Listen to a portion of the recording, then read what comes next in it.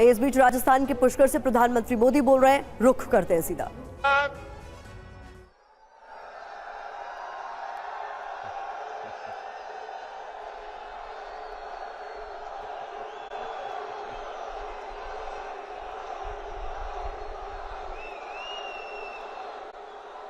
हमारा ये क्षेत्र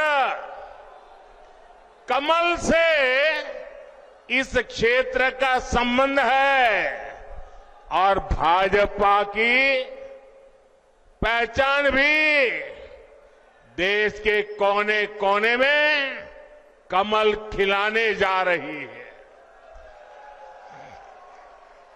और इसलिए पूरा देश कह रहा है, हर माता बहनें कह रही है, हर नौजवान कह रहा है, फिर एक बार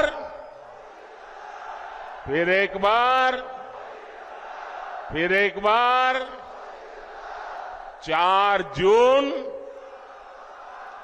400 पार, 4 जून।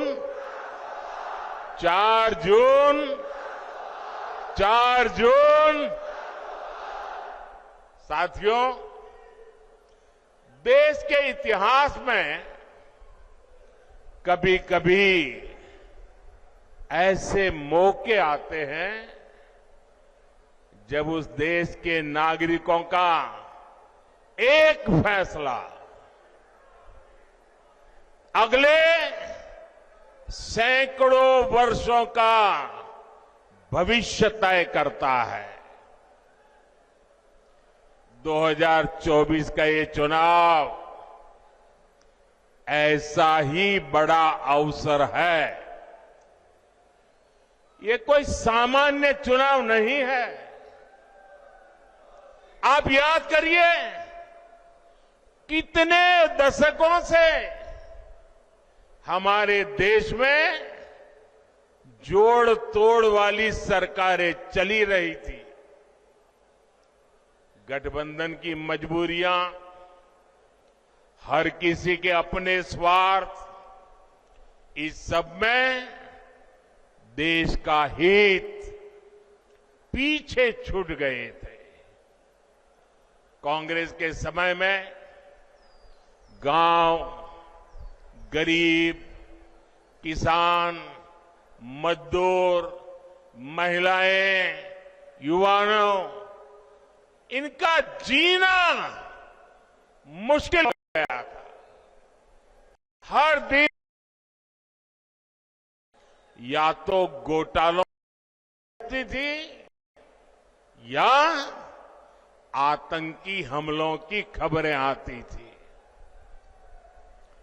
लेकिन 2014 से देश में एक बड़े बदलाव की शुरुआत हुई। दशकों बाद देश को आप सब जागरूक मतदाताओं ने पूर्ण बहुमत वाली सरकार देश को दी। आज भारत समंदर पर बड़े बड़े पुल बना रहा है। आज भारत पहाड़ों में भी सुरंगें बनाकर सीमा की सुरक्षा बढ़ा रहा है।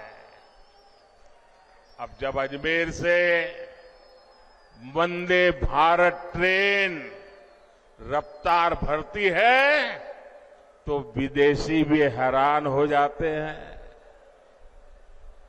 अब राजस्थान में एक से बढ़कर एक एक्सप्रेस वे बन रहे हैं, डेडिकेटेड फ्रेट कॉरिडोर बन रहे हैं। भाजपा के शासन में राजस्थान विकास की नई ऊंचाई की ओर बढ़ रहा है। साथियों, कांग्रेस जहां रहती है वहां विकास हो ही नहीं सकता। कांग्रेस ने ना कभी गरीब की परवाह की और ना ही कभी वंचितों, शोषितों, युवाओं के बारे में सोचा। कांग्रेस के लिए यही कहा जा सकता है, एक तो करेला, दूसरे नीम चढ़ा। एक तो परिवारवादी पार्टी और दूसरा उतना ही भ्रष्टाचारी पार्टी। आप याद करिए, कांग्रेस सरकार में राजस्थान को लेकर कैसी खबरें आती थी।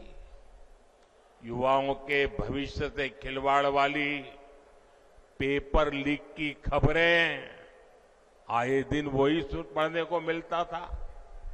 अपराधियों और माफियाओं के बेलगाम अपराध की खबरें, बेटियों के साथ अत्याचार की खबरें, पानी की विकराल होती समस्या की खबरें, कांग्रेस सरकार में लूट की हिस्सेदारी को लेकर सिर फुटव्वल की खबरें आया करती थी।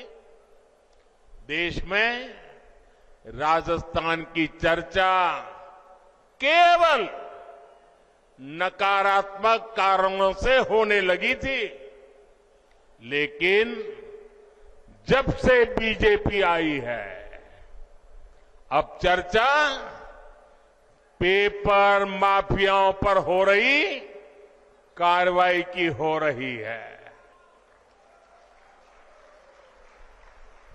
अब खबरें अपराधियों पर कस रहे कानून के शिकंजे की आती हैं। यहां भाजपा सरकार के आने के 100 दिन के भीतर ही वर्षों से लटकी ईआरसीपी पर सहमति बन गई है। ईआरसीपी से राजस्थान के एक बड़े इलाके में पानी का संकट खत्म होने जा रहा है। जिस तेज रफ्तार से देश का विकास होना चाहिए, वो तेज रफ्तार सिर्फ और सिर्फ भाजपा ही दे सकती है। साथियों, कल कांग्रेस पार्टी ने एक झूठ का पुलिंदा जारी किया है, अपना घोषणा पत्र जारी किया है। झूठ का ये पुलिंदा कांग्रेस की एक बहुत बड़ी सच्चाई, कांग्रेस को बेनकाब करने वाला एक घोषणा पत्र है। आप देखिए, हर पन्ने पर भारत के टुकड़े करने की बू आ रही है। कांग्रेस के घोषणा पत्र में वही सोच झलकती है जो सोच आजादी के समय मुस्लिम लीग में थी।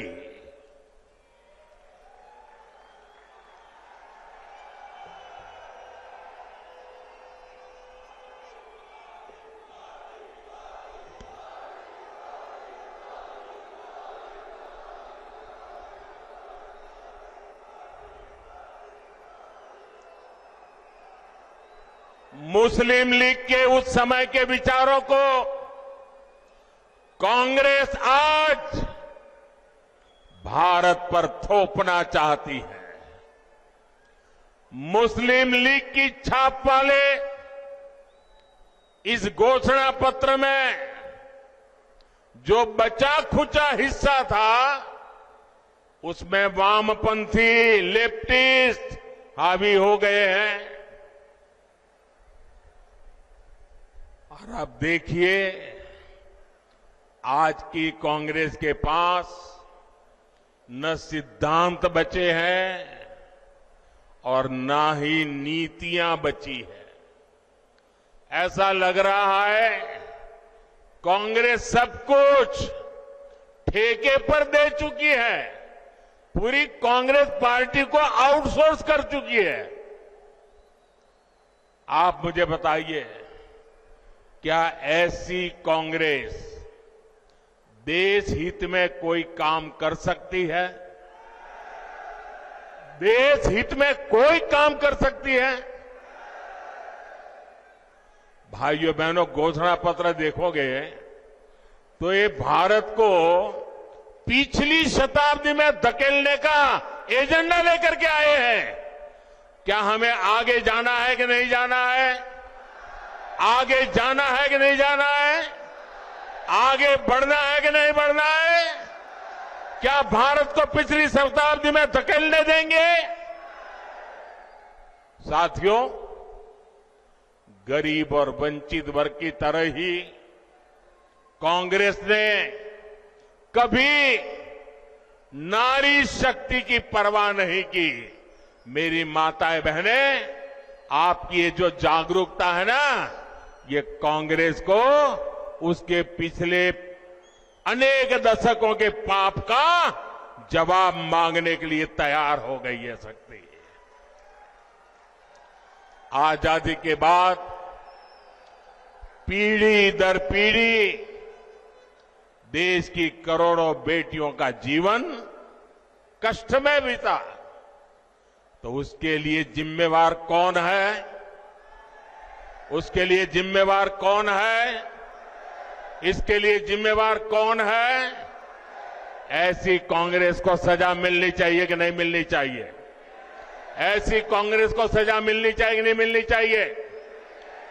19 अप्रैल और 26 अप्रैल कमल पे बटन दबाकर ये कांग्रेस को कड़ी सजा देने का समय आ गया है।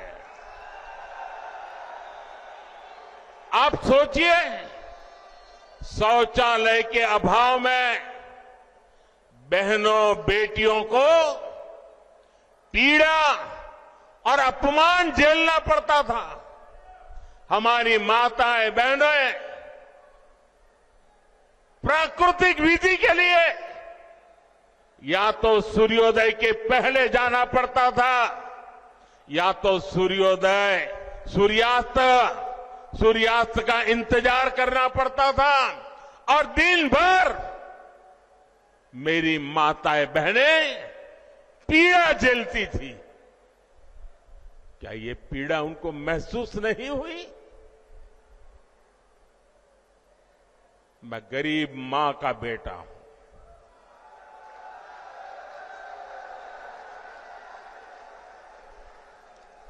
इसलिए हर मां का दुख दर्द भली भांति समझता हूं।